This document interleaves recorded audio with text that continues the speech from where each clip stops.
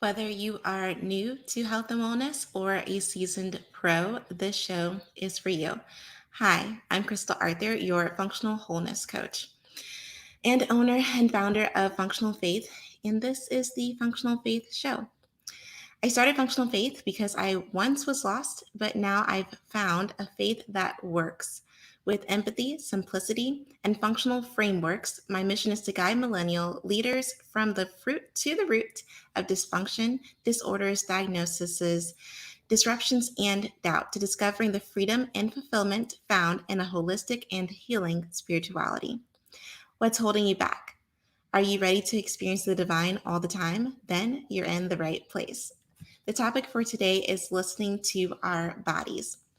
So this morning I was live on Clubhouse at 8 a.m. talking about listening to our bodies. And tomorrow I will also be live at 8 a.m. Central talking about listening to our minds. And Sunday we will be talking about listening to our spirits. So if you have the app, feel free to join us Friday through Sunday at 8 a.m. Central to contribute to the conversation and go deeper. And if you want to go deeper than that, we'll continue the conversation in our functional faith group. If you're not a part of the group, come on over. That is on Facebook and it is free. So, back to listening to our bodies. What is listening to your body? Well, listening to your body, I think first, well, not even necessarily first and foremost, but the easiest way, the ground floor level of listening to our body is listening to our symptoms, right? Any symptom that we're experiencing in the body, whether it's a major symptom or something less significant. Maybe you have regular headaches, or you have a little bit of gas, or bloating, or fatigue. Listening to our body starts with listening to our symptoms. So, when we listen to our symptoms, let me liken it to a relationship, right? So, say somebody comes to you and says, Crystal, I have a problem with you. I'm feeling distant from you. I'm feeling like there's some tension between us. I'm feeling like maybe you have a problem with me, whatever it might be, right? Someone comes to you and expresses that there is a problem in the relationship. Listening to them would look like asking why, asking for more information, digging deeper, rather than just you know brushing them aside, or saying that there is no problem, or perhaps you know just saying, oh, okay, well, we'll just start going to out to eat all the time, or we'll just start going to the movies, and like kind of just covering it up, ignoring what they're saying rather than asking why. So we do that with our bodies all the time. And what I'm trying to get at is that we need to have a relationship with our bodies, right? It's the same thing as if it were with someone outside of ourselves. We need to have a relationship with our own bodies and listen. So when we have this disruption in our body, it's our body saying, hey, something's not right in here. We're not jiving. We need to, there's something amiss. And so we need to tune in and ask our bodies, why? Why, when I eat this certain food, do I have less energy?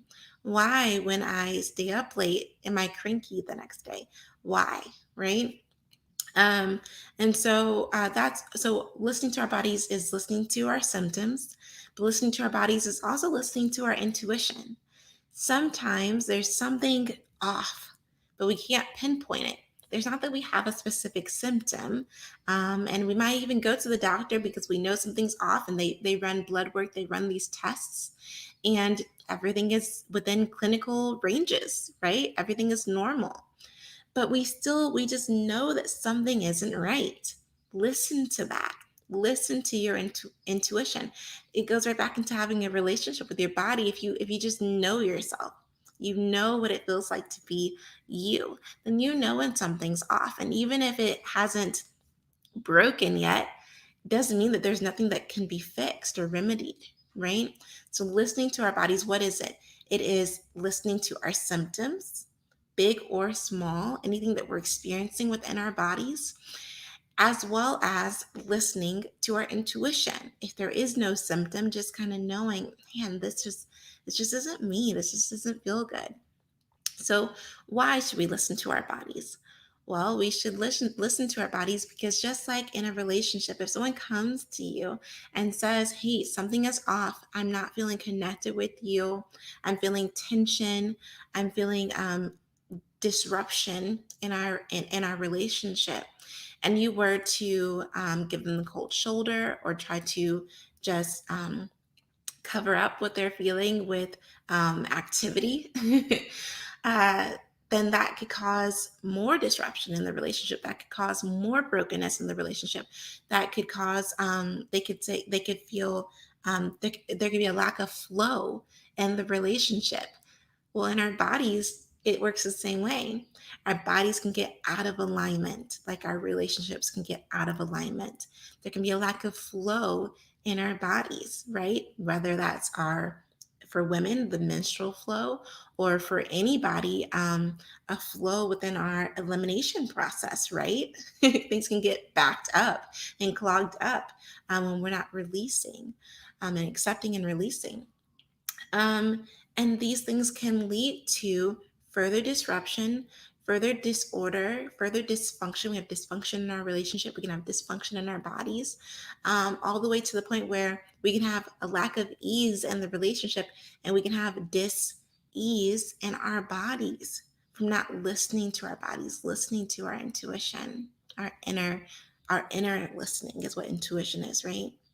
So that's why we should listen to our bodies, is because we don't want it to snowball, right?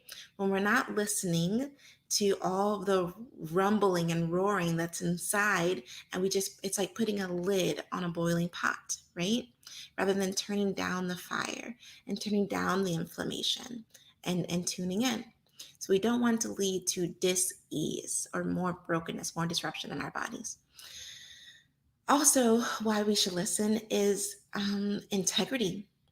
When we tell someone that we care about them, we tell someone that we love them, but then they come to us and say there's a problem, they're hurting, right? We're hurting them, or maybe not, maybe it's not us that's hurting them, but something is hurting them, and they're coming to us with that problem, and we ignore it or we suppress it.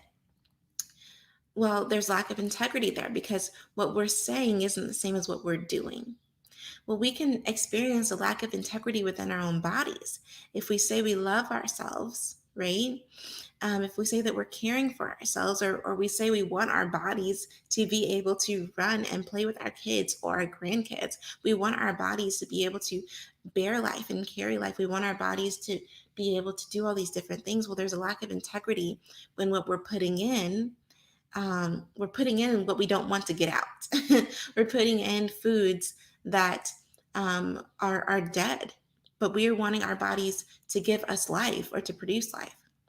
We're putting in foods that are slow and that are processed and that are have no vibrancy, but we want to live a vibrant and fulfilled life. Um, or our lifestyle. Maybe it's not even the food. Maybe you're eating all the right things, but you're living a high stress lifestyle. And that's maybe more something to get in tomorrow when we're talking about listening to our minds, right? Um, so it's a lack of integrity and it's incongruence within ourselves, right? And that's a psychological term that I'm not going to get deep into because I didn't do a lot of research on that specific term. But it's, if you are familiar with that in psychology, then feel free to comment and contribute to the conversation in that way. Today or tomorrow, when we are again live here on Facebook, on YouTube, and on Clubhouse, contribute to the conversation. I don't want this to be one way, but there's a lack of congruence and a lack of integrity within ourselves. Well, if we behave that way in relationship, we couldn't ask very much from that person, right? Because we're not walking in integrity. We can't ask them to do all these things for us that we're wanting. It's the same with our bodies. It's unfair for us to ask our bodies to carry us throughout our day and let us perform at a certain level or experience all that it allows us to experience if we aren't being, and we're not using integrity, we're not supporting it, right? We're not listening to our bodies. So how do we listen to our bodies? Well, I'll use a personal example. I've learned to listen to my body. At first, I was thinking my aches and my pains and my fatigue. Well, I thought I was just getting older, which I just turned 30, so get over yourself, honey. I thought I was just getting older, and but I should feel like I'm 30. I shouldn't feel like I'm 112. And then I thought, well, I've had a lot of back-to-back pregnancies. And they just suck the life out of me. That sounds really bad. They give me so much life, truly, but nutrient wise, right? Now, there is truth in that. If you have had back to back pregnancies and multiple pregnancies, and for some people, depending on where you started at, where you were, what you were bringing into that pregnancy journey, if you were already very deficient, then maybe it was just only one child. That can really be an antecedent. It can be a trigger for disruption in your body because it does deplete you of nutrients. But to the extent that I was experiencing, I needed to do further digging, right? So as I began to listen to my body, and I started going to practitioners and getting support with my body, I discovered that it was actually corn and gluten and sugar that was the main contributors to my symptoms. Now, did I have deficiencies as well? And that were probably exacerbated by my pregnancies? Oh, yeah. Oh, yeah. I was zinc and magnesium and vitamin D deficient. So that was definitely a piece of the puzzle. But on top of that, I was eating foods that were extremely inflammatory for me, especially corn. If I have corn, I know it within a couple hours because I feel like I have severe arthritis in my wrists, in my ankles, in my elbows, and my joints. Okay, so as I listened to my body and began so now that I know that, like I can have like there can be hidden corn in something, and I'll be like, dang, there must have been corn in that because I feel it, right? I'm listening, I'm tuned in now. Um, as I began to listen to my body, I started to release things that were not serving me and receive foods that were serving me. And so I released the gluten, I released the sugar, I released the corn, and I started receiving foods that were high in magnesium. And I feel so much better. So now, how can you do that? What might that look like for you? Like I said, I did get support. I found a practitioner to help me figure out what was going on in my body, and I would be more than happy to be that practitioner for you. But a simple thing that you can use, a simple resource that I'd like to give you, is something that I give to my clients. It's called a food mood poop journal. It's simply a food journal, but kind of amped up a little bit more optimized for your ability to tune into your body. So you can do this for just one day, or you can do this for over the course of a week, like 5 days or so. But you just begin to write down, what am I eating? What is my mood? And mood, not just being emotional, but any symptom that you experience within your mind, body, or spirit. Writing down what I ate, what I'm experiencing, and how I'm eliminating. And that gets a little bit personal, but our elimination process, our bowel movements, is a major way that our body is communicating with us. There's a lot we can learn there, and I'll save all that for a different show. But it's our body talking to us, how often we're going, what the consistency of that movement, and its appearance. So taking note, journaling what you're eating, what you're experiencing, whether it's a headache or uh, grogginess after eating, because when we eat, our food is fuel. It should be energizing us. It shouldn't be making us feel like we need to take a nap. Or cramping or gas, whatever it might be. And then our elimination, how often and what it looks like. Journaling that for a few days is a very practical way that we can listen to our bodies. Tomorrow and Sunday, we'll also be going into further ways in our next two episodes of how we can listen to our bodies, because when we are listening to our minds, it's connected to listening to our bodies. When we're listening to our spirit, it's connected to listening to our bodies, and vice versa, right? So I hope that you will join us for our next episodes. And that's what I have for you today. So I hope it was a blessing to you.